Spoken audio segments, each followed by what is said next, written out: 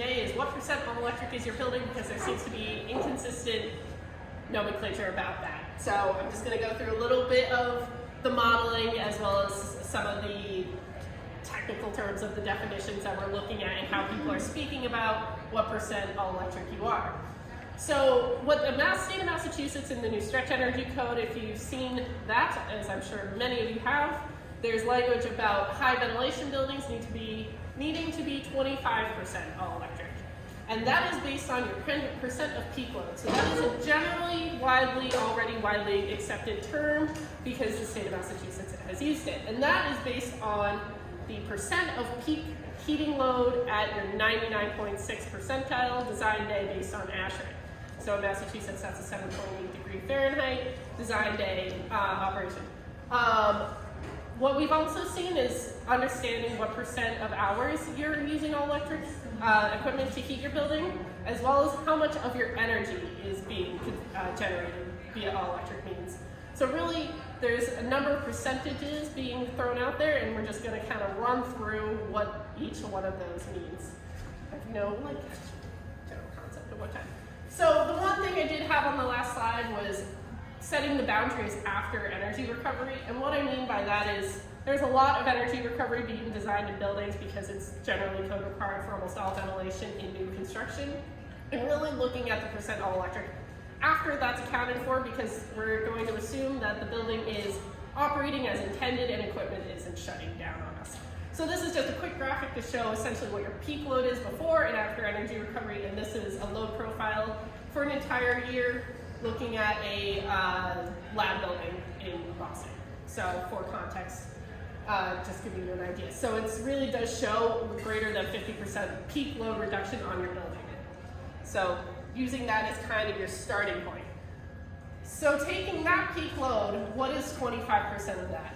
And that is that dashed line there. So if someone's telling you, okay, we're 25% all electric, you can maybe ask what version of all electric are you asking, and this is the percent of peak load. So really taking here's the peak, 25% of that, and seeing how much of our energy, and it really does show on this graph how many of our hours are below that line, and it is a substantial portion.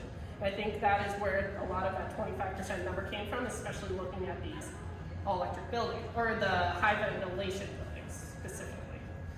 So then when we look at percent of heating hours, it's really, you can see there is a substantial number of hours that are below that 25%. So a lot of times you'll see the curve looks like this in terms of how many hours are actually underneath the percent that you're looking at. And so what we're seeing is that it is, oh my gosh, I can't think of the type of curve. It's linear and then it's exponential.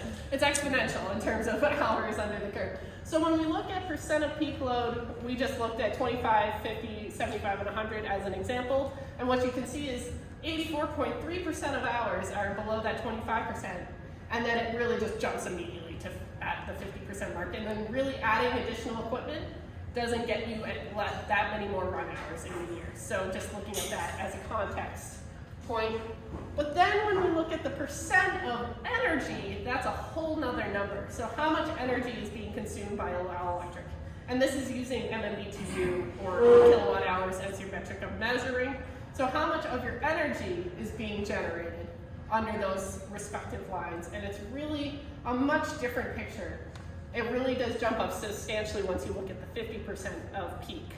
So it's really, using an energy model is a really good tool, especially if you have really strong, if your assumptions are you're pretty confident in and you've kind of confirmed with the whole design team what you're actually expecting the building to look like in terms of the profile. To really understand, okay, what's our profile and how can we maximize the amount of equipment we're installing versus how much it's going to run, so that we're not installing equipment that's not going to run, especially if it's costly or if it's just going to sit there.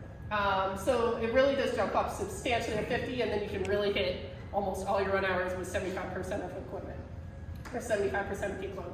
So really those few run hours at the end of the day may not run if you do install that equipment. So just some key questions to think about when you're looking at a design. What equipment will meet the project design goals, especially in the all-electric questions? How many run hours will the equipment have?